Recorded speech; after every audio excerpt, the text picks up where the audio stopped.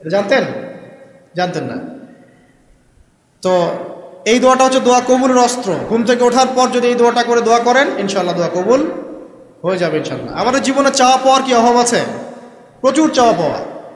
বৈধ চাওয়া পাওয়াগুলোকে পাওয়ার জন্য আল্লাহর সাথে সম্পর্ক করতে হয়, আর আল্লাহ পাকের সাথে সম্পর্কে কিছু ওসিলা মাধ্যম লাগে।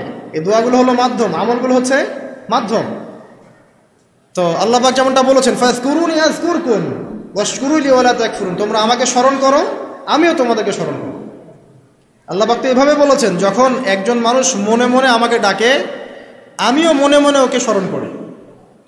মনে করেন আপনি মনে মনে আল্লাহকে বলছেন, আল্লাহ আমি অসুস্থ, আমাকে শেফা দাও, বা আমার রিজিকের টেনশন আছে, আমার রিজিকের টেনশন দূর করে দাও, আল্লাহ আমাকে হেফাজত করো, আল্লাহ আমাকে দিনের জ্ঞান দাও, তোমার আনুগত্য করার তৌফিক দাও। এই যে মনে মনে আপনি আল্লাহকে ডাকছেন, নিঃসন্দেহে ওই মুহূর্তে আল্লাহ পাক আপনাকে স্মরণ করছে। 7 আসমান ভেদ করে আরশের উপর থেকে আল্লাহ পাক আপনাকে স্মরণ করছেন। আল্লাহ পাক বলছেন, যখন একজন মানুষ জনসমুখে আল্লাহকে স্মরণ করে, যেমন আমরা এখন করছি, জনসমুখে সবার সামনে আল্লাহর কথা আলোচনা করছি, আল্লাহ পাক বলছেন আমিও তখন এর চেয়ে অনেক উত্তম জনসমাবেশে ওই বান্দাদের কথা স্মরণ করি। আল্লাহ পাক আমাদের কথা স্মরণ করছেন, আমাদের কোনো ফিলিংস আছে? আল্লাহ আমাদের কথা স্মরণ করছেন, ওই যে যুবক ছেলে বসে বসে ফোন টিপছে, কোনো ফিলিংস আছে? মানে মনস্তাত্ত্বিকভাবে অন্তরে যখন নূর থাকে না, পাপ করতে করতে যখন অন্তরটা কলুষিত হয়ে যায়, কোনো ফিলিংস কাজ করে না। এক খুন করবে, কোনো ফিলিংস নাই। সুদ খাচ্ছে, কোনো ফিলিংস নাই। জেনা করছে ডেইলি, কোনো ফিলিংস নাই।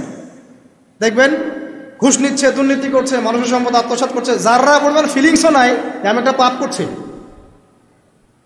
কখন এরকম হয় জানেন?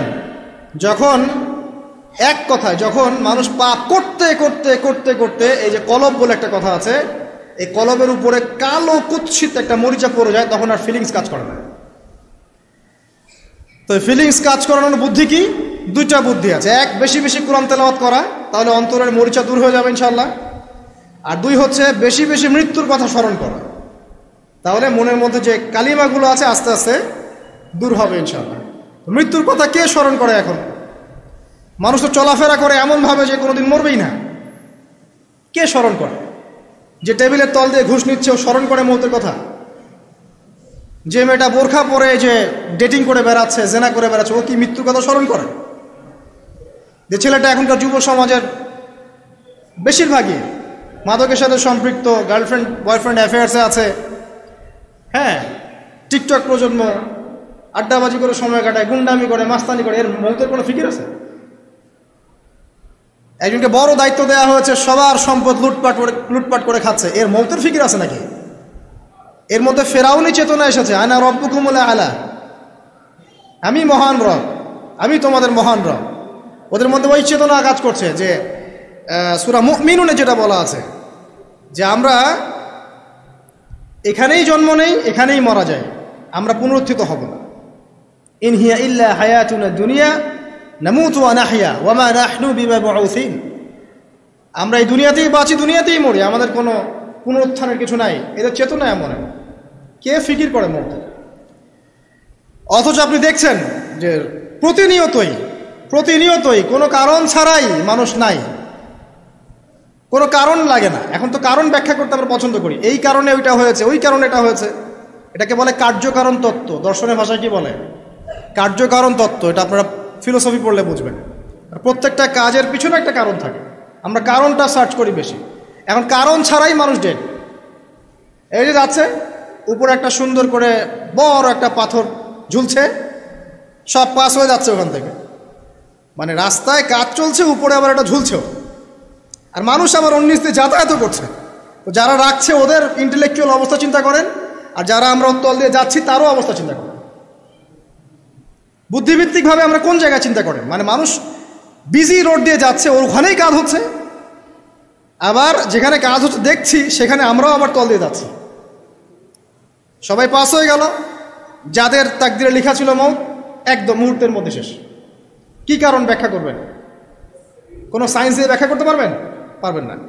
ওই ময়মনসিংহে ওই যে মহিলারা যাচ্ছে, ট্রাক মেরে দিয়ে চলে গেল, মহিলার পেট থেকে বাচ্চা ফেটে পেট ফেটে বাচ্চা বের হয়ে গেল, বাচ্চা জীবিত, মা ডেড। সায়েন্স দিয়ে ব্যাখ্যা করতে পারবেন? এটাই তাকদীর। একেই বলে তাকদীর, যেটাকে সায়েন্স দিয়ে ব্যাখ্যা করা যায় না, বিজ্ঞান দিয়ে ব্যাখ্যা করা যায় না। এরকম ঘটনা কত ঘটছে অহরহ। দুজন বসে আছে, হাজব্যান্ড ওয়াইফ, হাজব্যান্ডের যাওয়ার কথা, হাজব্যান্ড ওয়াইফের গাড়িতে বসছে আর ওয়াইফ হাজব্যান্ডের গাড়ি ড্রাইভ করছে। আর এই হাজব্যান্ডের দুশ্মন যে ছিল সে টার্গেট করেছিল যে ওই লোকটাকে গুলি করে মারবে রাস্তায়। যেহেতু ওয়াইফ হাজব্যান্ডের গাড়ি ড্রাইভ করছে, রাস্তায় ওয়াইফ ডেড, হাজব্যান্ড জীবিত। তাকদীর। তো তাকদীরকে কি আপনি এই ভাগ্যটা কি আপনি সায়েন্স দিয়ে ব্যাখ্যা করতে পারবেন? সম্ভব?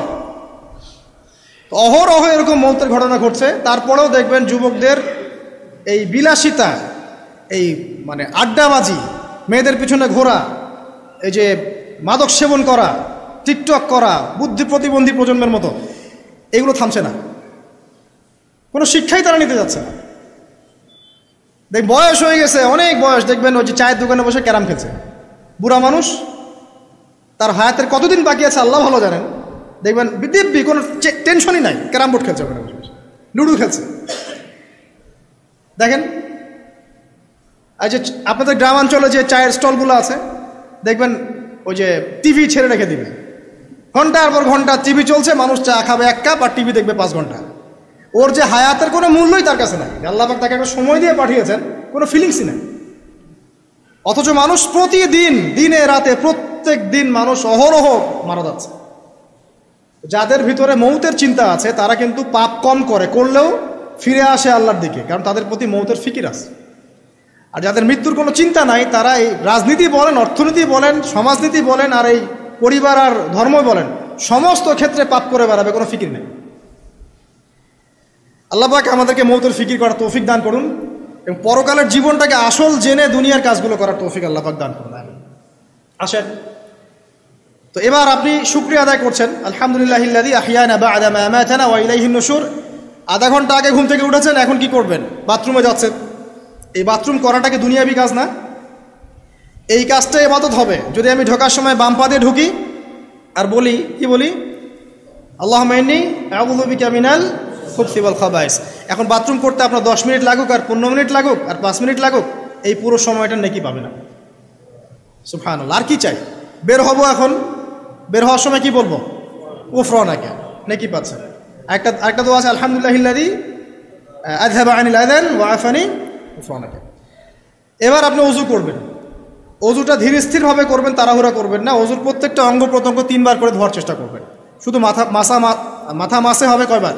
1 বার। ওযু করার পরে আপনি হাত তুলে আল্লাহর কাছে দোয়া করবেন। ওই সময়টা কখন? রাত 4টা থেকে 4:30 বাজে, তাই না? তার মানে আল্লাহ রাব্বুল আলামিন এখন প্রথম আসমানে আছেন। কিভাবে আল্লাহ পাক আছেন সেটা আল্লাহর উপর ছেড়ে দেন, আমাদের এটা নিয়ে ব্যাখ্যা করার দরকার নাই, চিন্তাও করার দরকার নেই। আল্লাহ পাক বলেছেন আমি নেমে আসি, বাস নেমে আসি। এত বেশি বুদ্ধিজীবী হওয়ার দরকার নেই। খুব বেশি বুদ্ধিজীবী হয়ে গেলে আবার মানুষ খেয়ে হারিয়ে ফেলে, অত দরকার নাই। শুনেছি, মেনেছি, ব্যাস যথেষ্ট। আল্লাহ পাক নেমে আসেন, কি বলেন? আল্লাহ বলেন যে কেউ কি আছো আমার কাছে কিছু চাইবে, আমি দিব। কেউ কি আছো যে আমাকে ডাকবে, আমি তোমার ডাকে সাড়া দেব। কেউ কি আছো আমার কাছে কোনো কিছু দোয়া করবে, হ্যাঁ হাজত আছে, আমি পূরণ করে দেব। এভাবে আল্লাহ পাক ফজর পর্যন্ত বলতেই থাকেন। বলেন তো আমাদের কোনো ফিকির আছে? আমরা সবাই ঘুমাই কয়টায়? হয় 1টায়, নাহলে 2টায়, নাহলে 3টায়, ম্যাক্সিমাম এখনকার। আমি যে বিষয়টা নিয়ে কথা বলছি এটা খুবই কঠিন। 9টা থেকে 10টার মধ্যে বা 11টার মধ্যে ঘুমাতে হবে, এটা খুবই কঠিন বিষয় এখনকার জেনারেশনের কাছে। এর জন্য প্রথম যে কাজটা সেটা হলো রাত্রেবেলা স্মার্টফোন আর চালানো যাবে। এশার নামাজ শেষ, ফোন একদম ডয়ারে লক করে রাখতে হবে। কিচ্ছু করার নাই। এটা না করতে পারলে আপনি ঘুমাতে পারবেন না, ঘুমাতে পারবেনই না। এবং এরপর দিনে আসছি, তখন বলছি দিনে কিছু কাজ আছে। দিনের কাজগুলো যদি আমরা ঠিকঠাক মতো করি তাহলে রাতে তাড়াতাড়ি ঘুম আসবে ইনশাআল্লাহ। যদি না করি তাহলে ঘুম আসবে না। তো শেষ রাতে আল্লাহ পাক আসমানে নেমে আসেন, প্রথম আসমানে, এবং এই আহ্বান করতে থাকেন। তাই ওই সময় ওযু করার পরেই আপনি হাত তুলে আল্লাহর কাছে দোয়া করা শুরু করেন। আপনার যত চাওয়া পাওয়া আছে আল্লাহর কাছে ঢেলে দেন, ইনশাআল্লাহ আল্লাহ রাব্বুল আলামিন আপনাকে খালি হাতে ফেরাবেন না ইনশাআল্লাহ। আল্লাহ পাক তো এমন করে বলেছেন যে কেউ হাত তুলেছে আল্লাহর কাছে আর আল্লাহ পাক সেটাকে খালি ফিরিয়ে দিবেন, এটাতে আল্লাহ লজ্জা বোধ হয়। কথা বুঝতে পারছেন? আমাদের যাদের অনেক সম্পদ আছে বা সামর্থ্য আছে এবং মন আছে বড়, তাদের কাছে যখন কেউ সাহায্য চায় আপনার খালি ফিরাইতে লজ্জা লাগে না? আপনার মনে হয় না যে চাইলো এত করে কিভাবে না করে ফিরাই? আছে না এমন মানুষ? আছে না? আসলে দান সৎকা করার জন্য সম্পদ লাগে না, দান সৎকা করার জন্য মন লাগে। কি লাগে? মন লাগে। দেখবেন অনেক কোটিয়াল আছে মানুষ, দান সৎকা করতে পারে না, জাকাতই তো দেয় না, দান সৎকা করবে কি? বাংলাদেশে যত কোটিপতিগুলো আছে সবার থেকে জাকাত নেওয়া শুরু করলে এদেশে কোনো দারিদ্রতা বলে কিছু থাকবে না, ইনশাআল্লাহ থাকবেই না, এটাই বাস্তব। কে উদ্ধার করবে সেই টাকা? ইমাম মাহাদি আসলে করবেন ইনশাআল্লাহ, ঈসা ইবনে মারিয়াম আসলে করবেন ইনশাআল্লাহ। তখন কে জাকাত না দিয়ে পার পায় তাই দেখা যাবে। একটা ব্যক্তি পাওয়া যাবে না জাকাত না দিয়ে পার পায়। অবশ্য তখন এমন একটা যুগ আসবে যে মানুষ জাকাতের টাকা নিয়ে ঘুরবে, কিন্তু নেওয়ার মতো মানুষ নাই, সবাই সচ্ছল। আল্লাহ পাক সেই সুদিন ফিরায় আনুক, আমিন। যেটা বলছিলাম যে সৎকা করার জন্য মন লাগে, আপনার টাকা লাগে না। এখন আসেন, কেউ যদি আমাদের কাছে এভাবে চায় আমরা খালি ফিরাতে লজ্জাবোধ করি। আল্লাহ পাক বলছেন যে আমার কাছে যখন বান্দা কিছু চায় তার হাতটাকে আমি খালি ফিরাই দেবো, এটাতে আমি লজ্জাবোধ করি। দোয়া করলে কয়েকটা বিষয়ের একটা হবেই, হয় আপনি সাথে সাথে সেটা পাবেন, না হলে একটু দেরিতে পাবেন, না হলে আল্লাহ পাক সেটা জমা করে রাখবেন পরকালের জন্যে। পরকালে যখন আপনি দাঁড়াবেন আল্লাহর সামনে, আল্লাহ বলবেন দুনিয়াতে তুমি এই এই বিষয়গুলো চেয়েছিলে, আমি দুনিয়াতে দেই নাই, পরকালে তোমার জন্য সঞ্চিত রেখেছি, এখন না। তখন মানুষ কি বলবো জানেন? আমরা বলবো যে আল্লাহ দুনিয়াতে কিছুই যদি না পাইতাম, আজকেই সব দিত তাহলেই হতো। তো বেশি বেশি দোয়া করার অভ্যাস তৈরি করেন, বেশি বেশি দোয়া করেন। দোয়াই ইবাদত, আর দোয়া হুয়াল ইবাদা, দোয়াই ইবাদত। দোয়া করতে থাকেন, ইনশাআল্লাহ দেখবেন আল্লাহর সাথে আপনার সম্পর্ক গাঢ় হবে। যার সাথে আল্লাহর সম্পর্ক যত বেশি গাঢ় হবে, ইনশাআল্লাহ সে তত বেশি পরকালের বাসিন্দা হবে, দুনিয়ার বাসিন্দা কম হবে। আল্লাহ পাকে নূর এবং মারিফত সে অর্জন করতে পারবে ইনশাআল্লাহ তাআলা। এবারে আমরা কি করব? এবার মিনিমাম 2 রাকাত নামাজ পড়ার চেষ্টা করেন। রাতের সালাত 2 রাকাত করে আপনি 2, 4, 6, 8, 10, 12, 20 পড়তেই থাকতে পারেন, কোনো সমস্যা নেই। কিন্তু মিনিমাম 2 রাকাত নামাজ তাহাজ্জুদ আপনি পড়ার চেষ্টা করেন। পড়া যাবে না? আর নামাজটাকে তাড়াহুড়া করবেন না, কাইন্ডলি আল্লাহর ওয়াস্তে তাড়াহুড়া করবেন। রিল্যাক্সে কেরাত করেন, রুকুতে সময় দেন, সেজদায় সময় দেন, 2 সেজদার মাঝখানে সময় দেন, শেষ বৈঠকে দোয়াগুলো করেন, তারপর ধীর স্থিরভাবে সালাম ফিরান, হাত তুলে দোয়া করেন, সময় দেন। কারণ আমি কি বলছি, সূরা জারিয়াতে 56 নম্বর আয়াতে আল্লাহ পাক বলেছেন দুনিয়াতে পাঠিয়েছি শুধু আল্লাহর ইবাদত করার জন্য। তো যে কারণে এসেছি এটাতে এত তাড়া কিসের? অনেক মসজিদে নামাজ পড়লে মনে হয় ইমাম সাহেবকে বলি যে আপনার কি পেশাব পায়খানার চাপ নিয়ে নামাজ পড়ান? এমন অনেক মসজিদে নামাজ পড়েছি, মনে হয় যে ইমাম সাহেবকে ডেকে একটু কানে কানে বলি যে ভাই আপনার কি পেশাব পায়খানার চাপ আছে?